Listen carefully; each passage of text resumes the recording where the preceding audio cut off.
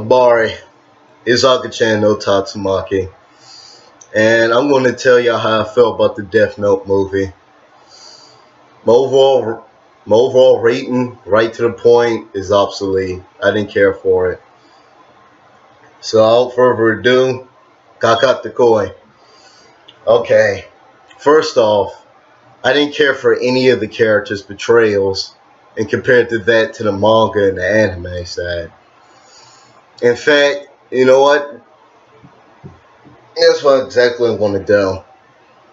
I'm going to explain in the anime manga comparison side why I didn't care for it. And if I weren't have seen the anime manga side of why I didn't care for it. But even both ways, I still really distasted the movie. Okay, I didn't care for the characters' betrayals compared to that of the anime and manga side. I didn't care for Light's character. I didn't care for Misa character. Betrayal. I didn't care for Ale's betrayal either. And Ale is actually one of my favorite characters in Death Note, and that's putting insult in the injury, salt in the wound. Gasoline on fire. You can catch my draft. I didn't care. I like Ale. I like Ale's character, and mostly in the anime side, of course. But I kind of also thought it was cool that he was black too. That was kind of cool too. He's smart and he's black. Yeah, so yeah, and he's one of my favorite characters. 3 for 3, 2 for 2, whatever you want to take it as. But of course, when you got dogs, you got fleas. Although that Ale was black, and that Ale is black in the movie, he was also really frenzy and scared and shaky and whatnot. So, I kind of, little trembled away from that character. A little bit. Like, the thing is, Ale's always been a really relaxed type of guy. He was never really shaken or scared or anything like that. And that you made him black, that's kind of, kick to the balls. I didn't care for any of the characters' betrayals. Overall, I didn't care for any of the characters' betrayals. None of them was anything like their characters from anime or manga, which really made them lacking in story, in terms of the movie story. Like, I always remembered Light being this genius, this boy genius, this prodigy. Yet in the movie, he's kind of a utter doofus. Like, he told Misa. Well, you know, I don't even call her Misa. That's Mia. That ain't Death Note. That ain't Misa. That's Mia. Anyway, what any reason would he have for actually telling Misa about the Death Note? And didn't Misa or Mia, didn't she have her own Death Note? Like, what would be any reason for her to jack off from a Light for if she had her own Death Note, if I remember. I didn't care for her design because Misa actually looked it cool, but Mia, she's kind of bland in design. Misa always had those blonde ponytails and that really dark eyeshadow and the gothic Lolita outfit going on. Like, that actually looked it cool, but she just kind of pretty dull in design in that movie. Really shapeless, really empty in that movie. I almost kind of didn't recognize that character at all. I didn't recognize any of the characters, really. But, in concluding the character segment, I'm going to have to give credit where credit's due. I really did actually enjoy Ryuk's portrayal in the film. The Death God Ryuk. He was played by William Dafoe. And really, actually, when it comes to character outline, he was literally the only saving grace of that movie. Ryuk's portrayal. His was nearly actually on point from the manga and anime.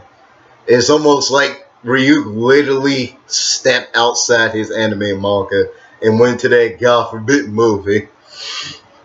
Uh, yeah. And especially towards the ending, even though how much some people may, try to inform me about this, but I don't see L stooping to lights mannerisms. Like when he's about to write his name in the Death Note, I don't see L doing that. L, in terms of Death Note, L always had this sense of justice, his own sense of justice, compared to that to Light, because they're rivals.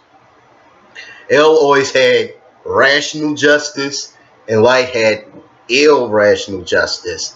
That's what made those characters different. But really, if you compared them in rivals on that concept in the movie, those characters are completely nothing like that. They're literally almost unrecognizable. And in some cases, L is only L sometimes. Like in sometimes in the movie, considering he's a hunchback. He's always, sitting down hunched. In the movie, he's rarely seen doing that. In some glimpses, he's hunched over. Some glimpses, he's standing tall. It was kind of almost like the director didn't know really what to do with that character. Or, if you played your cards right, it's almost like the director didn't know that character. That's a thought.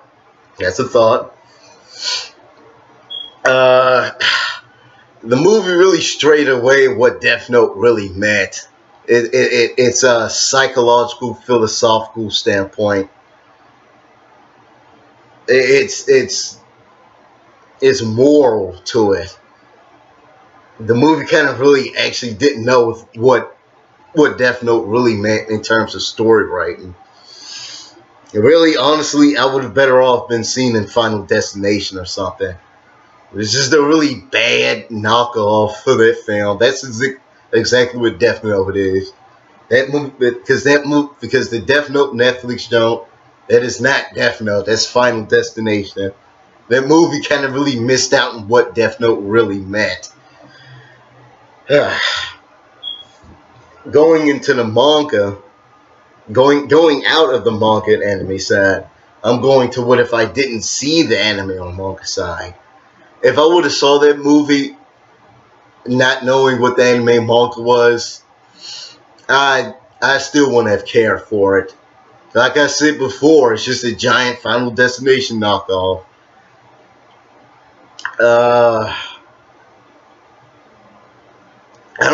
Most of the characters are pretty lifeless. Honestly, most of the characters are pretty lifeless. There's really poor exclusive acting. Sound like something I could do.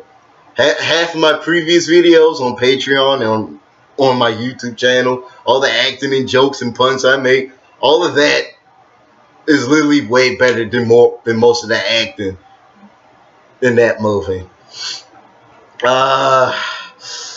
It was really fast paced. It was boring. It was shapeless. I kind of knew what was going to happen. They jumped to A and B real quick. It had plot holes. It was just a whole cesspool of what the F in that movie. It was a whole cesspool of I don't get it. I thought that was that. Blah, blah, blah, etc. Well, yeah. On both sides, I really didn't care for it. If I wouldn't have seen the anime or manga side, I still didn't care for it. And if I have seen the anime manga side, which I already have, I still didn't care for it.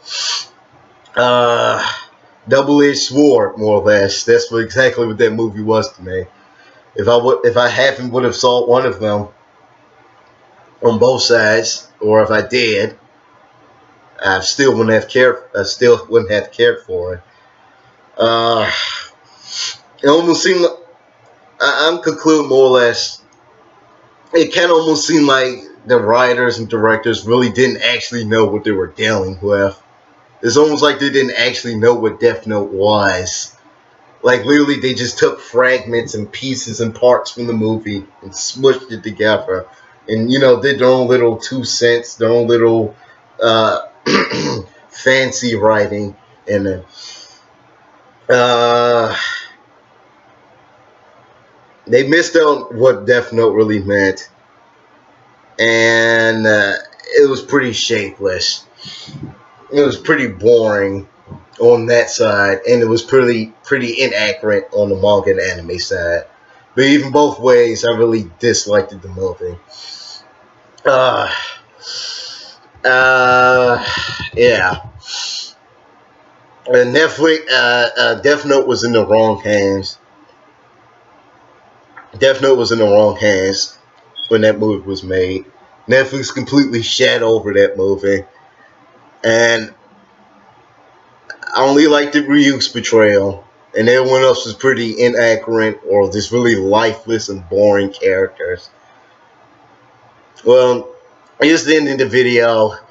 If you want me to review anything, just listen down below or anything. Like and subscribe. Don't forget. Catch me on Patreon. And then that's pretty much about it.